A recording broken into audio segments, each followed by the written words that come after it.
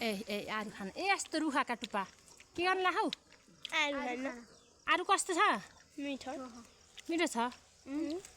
कति खान्छौ आरु दिनको मस्तै खान्छौ हो र आरु तिमीलाई खुब मिठो मन पर्छ नुन खोर्सानी चाहिन्न तिमीलाई त्यसै खान्छौ बोक्रेसी त ओ नि हो र यो औषधि राखेको होइन क्या अन्त होइन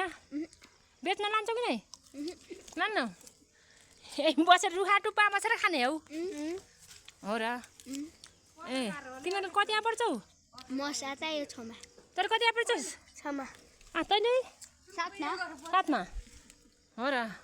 यिनी हेर न यसरी आरु रुखा चढी यसरी आरु पनि खान्छन् त खोइ पेट दुख्दैन धेरै खाँदा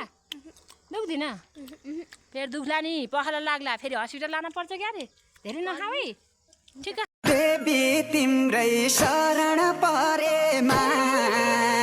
पुरा हुन्छ भाकल गरेमा